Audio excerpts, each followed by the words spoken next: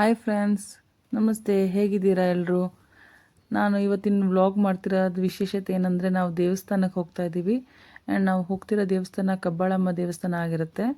ನಾವು ಹೋಗ್ತಿರೋದು ಆಟೋನಲ್ಲಿ ಫ್ರೆಂಡ್ಸ್. ಆಟೋನಲ್ಲಿ ಹೋಗಬೇಕಂದ್ರೆ ನಿಮಗೆ ಔಟ್ ಆಫ್ ಬ್ಯಾಂಗ್ಳೂರ್, ನೀವು ಬ್ಯಾಂಗ್ಳೂರು ಲಿಮಿಟಿಂದ ಹೊರಗಡೆ ಹೋಗ್ತೀನಿ ಅಂದರೆ ಪರ್ಮಿಷನ್ ತೊಗೊಬೇಕಾಗತ್ತೆ. ಆ್ಯಂಡ್ ಪರ್ಮಿಷನ್ ತೊಗೊಂಡಿಲ್ಲ ಅಂದರೆ ನಿಮ್ಗೆ ಆನ್ ದ ವೇ ಡಿಪಾರ್ಟ್ಮೆಂಟ್ ಅವ್ರು ಸಿಗ್ತಾರೆ ಆ್ಯಂಡ್ ನಿಮಗೆ ಫೈನ್ ಆಗುತ್ತೆ.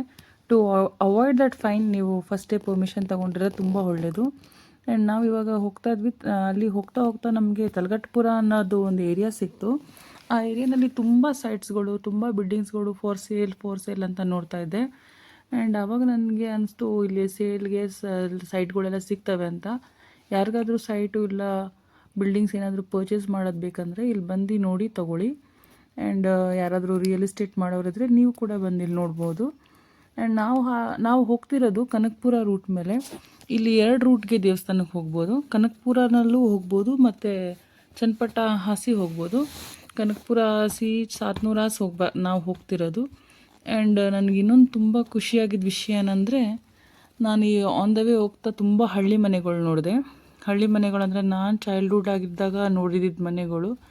ಅದಾದಮೇಲೆ ನಾನು ಇವತ್ತೇ ನೋಡ್ತಿರೋದು ಇಷ್ಟು ಹಳ್ಳಿ ಮನೆಗಳು. ನಮ್ಮೂರು ಬಂದು ಚನ್ನಪಟ್ಟಣದಲ್ಲಿ ಇಷ್ಟು ಹಳ್ಳಿ ಕಾಲದ ಮನೆಗಳಿಲ್ಲ. ಎಲ್ಲ ಡೆವಲಪ್ ಆಗೋಗಿದೆ. ಆ್ಯಂಡ್ ಇಲ್ಲೂ ಡೆವಲಪ್ ಆಗ್ತಾಯಿದೆ. ಬಟ್ ಒಂದೊಂದು ಕಡೆ ಇನ್ನೂ ಹಳ್ಳಿ ಮನೆಗಳಿದ್ದಾವೆ. ನಾನು ಇನ್ನೊಂದು ಮೇನ್ ವಿಡಿಯೋ ರೀಸನ್ ಏನಕ್ಕೆ ಮಾಡಿದೆ ಅಂದರೆ, ದೇವಸ್ಥಾನದ ಬಗ್ಗೆ ಹೇಳೋಕ್ಕೆ. ದೇವಸ್ಥಾನ ಬಂದು ತುಂಬ ಶಕ್ತಿಯುತವಾದ ದೇವಸ್ಥಾನ ಆ್ಯಂಡ್ ತುಂಬ ಪವರ್ಫುಲ್ ದೇವಸ್ಥಾನ. ಯಾರೇ ಏನೇ ಕಷ್ಟದಿಂದ ನೀವು ನಿಮ್ಮ ದುಃಖದಿಂದ ಬಂದರೆ ನಿಮ್ಗೆ 100% ಅಂತೂ ರಿಸಲ್ಟ್ ಸಿಗುತ್ತೆ. ಹೊರಗಡೆಯಿಂದ ಬಂದವ್ರಿಗೆ ತುಂಬ ಬೇಗ ಚೆನ್ನಾಗಾಗುತ್ತೆ. ನಾವು ನಮ್ಮ ಫ್ಯಾಮಿಲಿಯವರೆಲ್ಲ ಈ ದೇವ್ರನ್ನ ನಂಬಿದ್ದೀವಿ. ಪ್ರತಿ ಸತಿ ನಾವು ಬಂದು ಇಲ್ಲಿ ಪೂಜೆ ಮಾಡಿಸ್ಕೊತಾ ಹೋಗ್ತೀವಿ. ನೀವು ಅಷ್ಟೇ, ಯಾರಾದರೂ ಬರಬೇಕು ಪೂಜೆ ಮಾಡಿಸ್ಕೊಂಡು ಹೋಗ್ಬೇಕಂದ್ರೆ ಬಂದು ಪೂಜೆ ಮಾಡಿಸ್ಕೊಂಡು ಹೋಗ್ಬೋದು. ನಾವು ಫೈನಲಿ ಟೆಂಪಲ್ಗೆ ರೀಚ್ ಆದ್ವಿ. ಟೆಂಪಲ್ ರೀಚ್ ಆಗಿದ ತಕ್ಷಣ ಅಜ್ಜಿ ಹೂ ಮಾರ್ಕೊಂಬಂದರು. ಆ್ಯಂಡ್ ಇಲ್ಲಿ ನಾವು ಕನಕಾಂಬರ ಹೂವು ತೊಗೊಂಡ್ವಿ.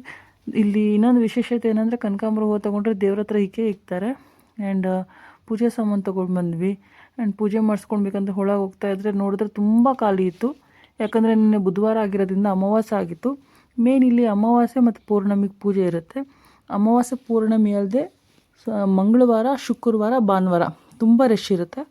ಇನ್ನು ಮಿಕ್ಕಿ ಟೈಮಲ್ಲಿ ಬಂದರೆ ಒಂದು ಸ್ವಲ್ಪ ಫ್ರೀ ಸಿಗುತ್ತೆ. ಈ ದೇವಸ್ಥಾನದ ಇನ್ನೊಂದು ವಿಶೇಷತೆ ಏನಿದ್ರೆ, ನೀವು ಯಾರಾದರೂ ಒಂದು ಹೊಸ ಕೆಲಸ ಇಲ್ಲ ಹೊಸ ಬಿಸ್ನೆಸ್ಸು ಇಲ್ಲ ನಿಮ್ದು ಏನಾದರೂ ಕೆಲಸ ಆಗಬಾರ್ದು ಅಂತ ಕೇಳಂಗಿದ್ರೆ ಇಲ್ಲಿ ಹೂ ಪ್ರಸಾದ ನಂಗೆ ಸಿಗ್ತದೆ. ಹೂ ಕೇಳೋದು ಅಂತ ಅಂತಾರೆ ಅದನ್ನು. ದೇವ್ರ ಹತ್ರ ಹೂ ಇಕ್ತಾರೆ. ನಿಮಗೆ ಹೂ ಪ್ರಸಾದ ಏನಾದರೂ ಸಿಗುತ್ತೆ 100% ನಿಮ್ಮ ಕೆಲಸ ಆಗುತ್ತೆ ಅಂತ ಅರ್ಥ. ನಾನು ಇಲ್ಲಿ ಬಂದು ಸುಮಾರು ಸತಿ ಕೇಳ್ಕೊಂಡು ಹೋಗಿದ್ದೀನಿ. ನಾನು ಅಂದ್ಕೊಂಡಿದ್ದು ಆಗಿದೆ. ಆ್ಯಂಡ್ ಇಲ್ಲಿ ನಿಮಗೆ ವಿಡಿಯೋ ಮಾಡೋ ಅವಕಾಶ ಸಿಗಲ್ಲ. ಸಂಭವ ನನಗೆ ವಿಡಿಯೋ ಮಾಡೋ ಅವಕಾಶ ಸಿಕ್ತು. ನಾನು ತುಂಬ ಚೆನ್ನಾಗಿ ವಿಡಿಯೋ ಮಾಡ್ಕೊತಾ ಬಂದೆ. ಆ್ಯಂಡ್ ನೋಡಿ, ಟೈಮು ಎಲ್ಲ ಚೆನ್ನಾಗಿದ್ರೆ ನಮಗೆಲ್ಲ ಒಳ್ಳೆಯದಾಗತ್ತೆ ಅನ್ನೋದಕ್ಕೆ ಇದೊಂದು ಸಾಕ್ಷಿ. ಯಾಕಂದರೆ ವಿಡಿಯೋ ಮಾಡೋ ಆಪರ್ಚುನಿಟಿ ಸಿಕ್ತಲ್ಲ, ಅದಕ್ಕೋಸ್ಕರ ನಾನು ಹೇಳ್ತಾ ಇರೋದು.